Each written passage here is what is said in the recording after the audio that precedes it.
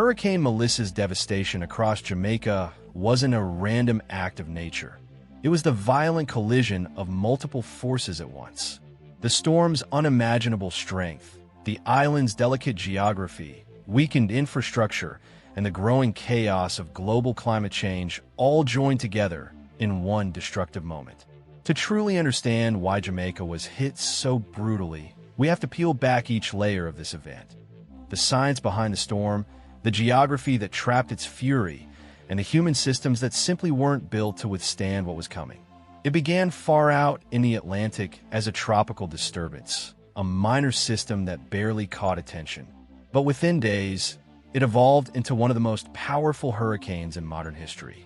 As it fed on the warm Caribbean waters, Hurricane Melissa intensified rapidly into a Category 5 monster, spinning with winds of up to 185 miles per hour. By the time it approached Jamaica, its central pressure had dropped so low that meteorologists began calling it one of the most intense tropical systems ever recorded in the Atlantic basin. When Melissa finally made landfall near New Hope in Westmoreland, it wasn't just a storm. It was an unstoppable wall of nature, a roaring, swirling force that no building or tree could stand against. What made Melissa even more terrifying was not just its strength, but its behavior. Instead of speeding across the island as many hurricanes do, Melissa slowed down, almost as if it chose to linger. For hours it hovered over the island, unleashing relentless rain and violent winds that refused to move on. Warm sea temperatures continued to feed its energy, and with almost no wind shear to disrupt it, the hurricane maintained its full intensity right up to landfall. This combination of power, persistence, and timing created what scientists call a stalling superstorm, a weather event capable of turning hours into days of unending destruction. But there was another cruel twist of fate where it hit. Most of Jamaica's previous hurricanes have come from the east, moving westward across the island. Melissa broke that pattern. It targeted the western and southwestern coasts, parishes like St. Elizabeth, Westmoreland, and Hanover. These regions are rarely in the direct path of Category 5 storms. They were simply not built for it. The result was catastrophic. Entire towns like Black River were reduced to rubble. Locals described it as if the sea itself had risen and swallowed the land. St. Elizabeth, known for decades as the island's breadbasket for its fertile farmlands, disappeared under floodwaters. The island's geography made everything worse. Jamaica's beauty, its rolling hills, narrow valleys, and winding rivers, became a deadly trap during the storm. The steep slopes funneled rainfall downward, amplifying floods that tore through small communities. Rivers overflowed, and hillsides collapsed under the weight of the water. In minutes, once quiet villages turned into churning rivers of mud and debris. Rescuers would later describe entire neighborhoods buried by landslides, roads that simply vanished, and bridges that were swept away as if they were made of paper. Melissa's winds ripped apart homes and tore trees from their roots, but the rain delivered its own kind of horror. Meteorologists later revealed that some parishes recorded rainfall levels that broke decades-old records. In places where deforestation had already left the soil exposed, the land couldn't hold the water. Hillsides gave way, sending tons of mud cascading down into towns and villages below. Years of cutting down trees for farming, housing, and development had stripped Jamaica of a crucial defense mechanism. Without those roots holding the ground together, entire hills simply slid away. In many areas, the landscape itself changed. Roads cracked and fell into rivers, bridges collapsed, and electricity poles toppled like matchsticks. The damage was so extensive that at least 25 communities were completely cut off during the storm's aftermath. They couldn't be reached by road, air, or even by boat in some cases. Emergency responders who tried to reach these places were forced to turn back. For days, thousands were left stranded, without food, without clean water, and without any idea if help would come. The human toll was staggering. On paper, Jamaica had a well-documented hurricane preparedness plan. Shelters had been identified, warnings were issued days in advance, and local media worked around the clock to keep people informed. But in reality, no plan could withstand a storm like this. Many Jamaicans underestimated what was coming. Some refused to evacuate because they feared looting or didn't believe the storm would reach their community with such force. Others simply had nowhere else to go.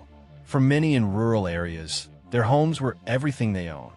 Abandoning them wasn't an option. They decided to stay and ride it out. When the winds arrived, it was too late. In districts across St. Elizabeth and Westmoreland, entire rows of houses lost their roofs within minutes. Lightweight zinc sheets, nailed to wooden frames, were no match for winds above 180 miles per hour. Walls cracked, water rushed in, and people huddled in corners praying for the storm to pass.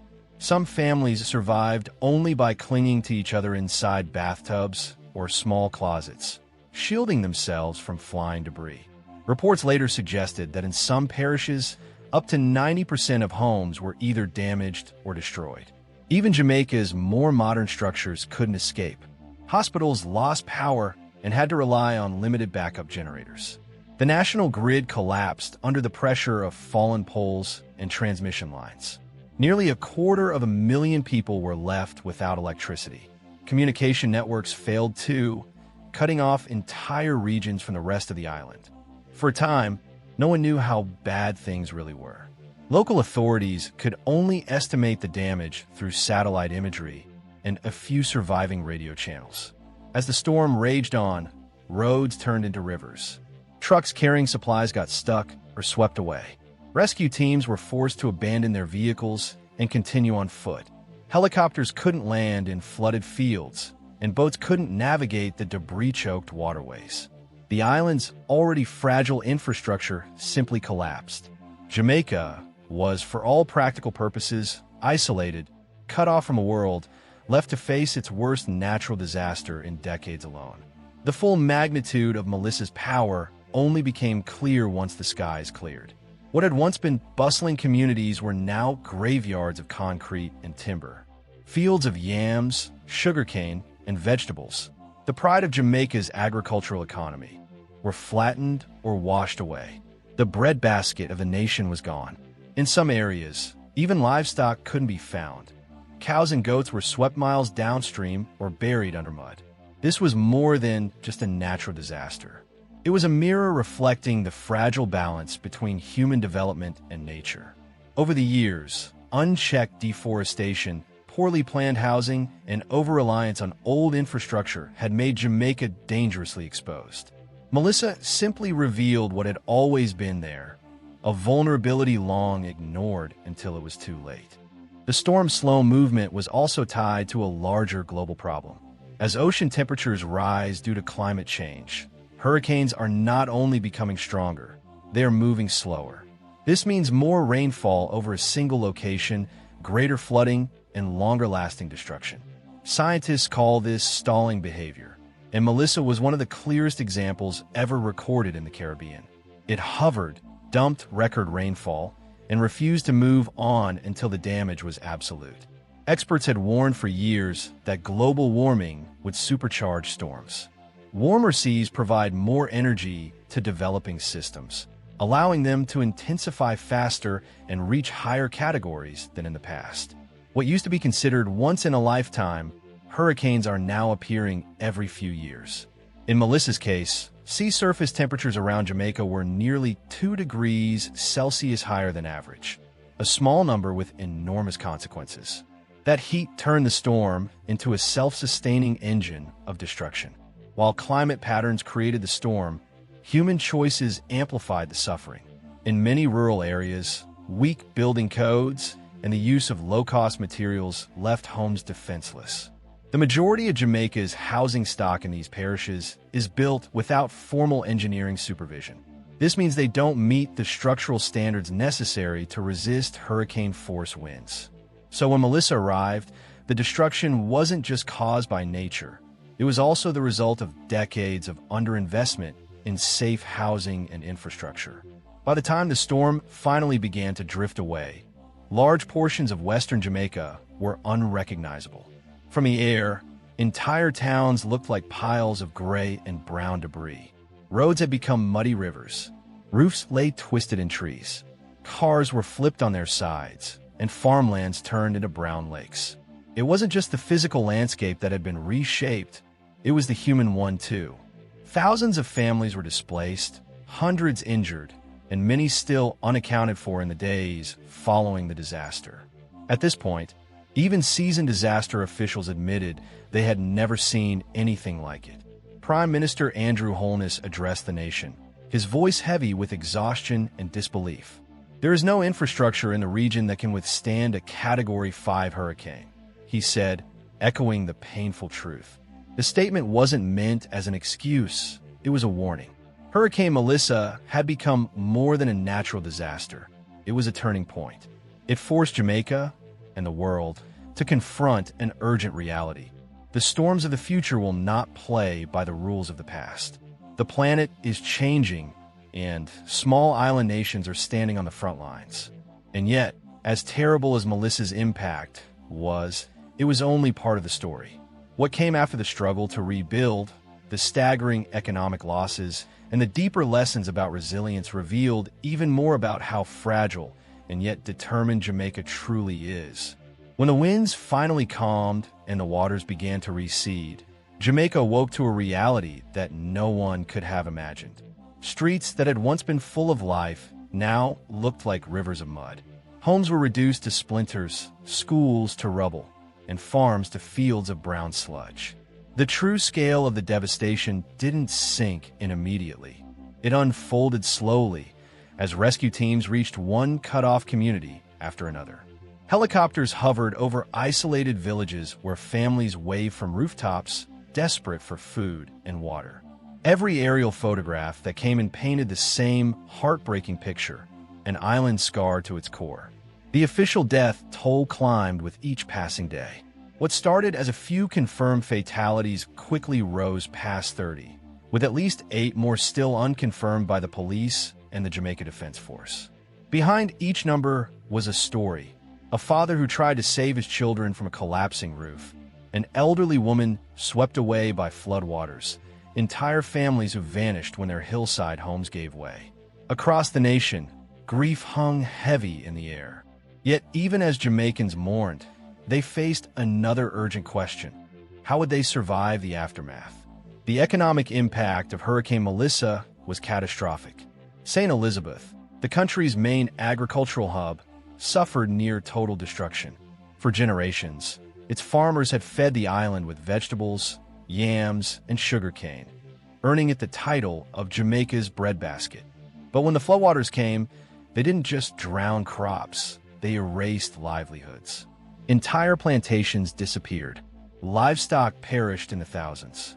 Greenhouses, barns, and irrigation systems were ripped apart. One of the nation's largest egg farms, which produced 75,000 eggs a day, was wiped out overnight.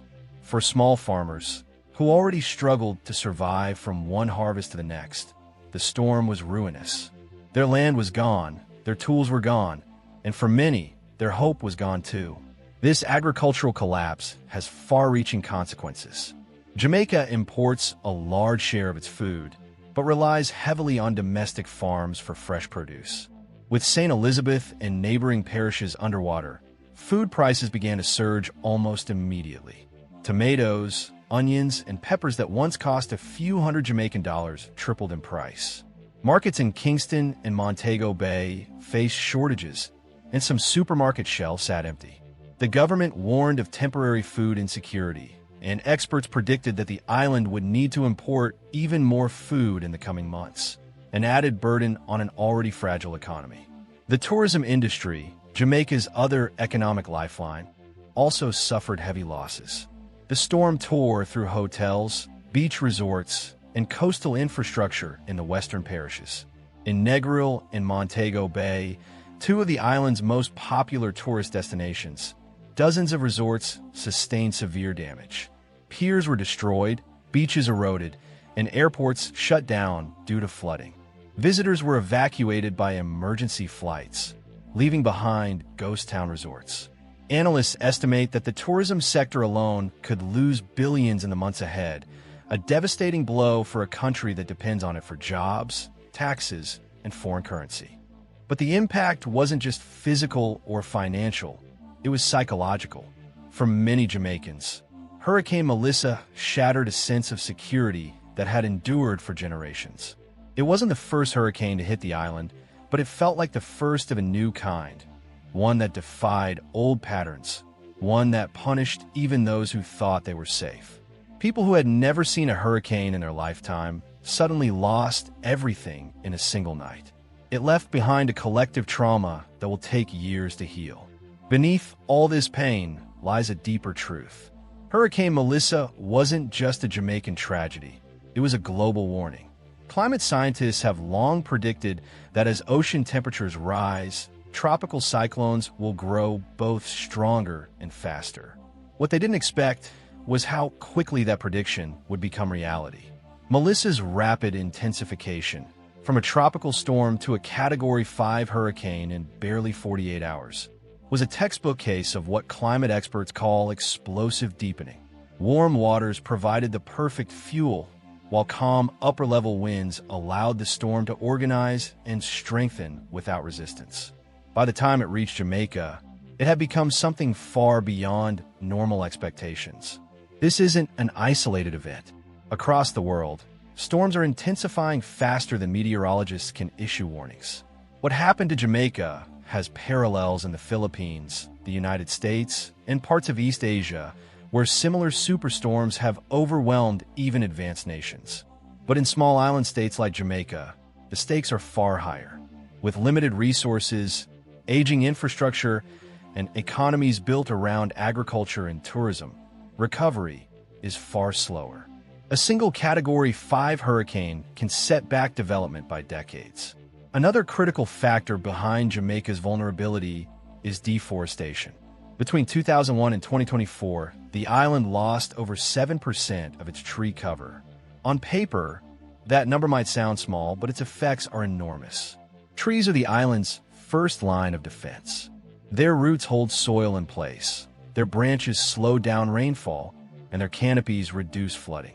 When those trees are gone, rainwater rushes unchecked down slopes, carrying mud, stones, and debris straight into towns and rivers.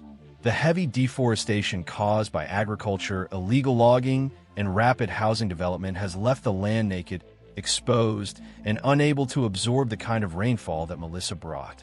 Scientists call it compound risk, where human activity makes natural disasters more destructive.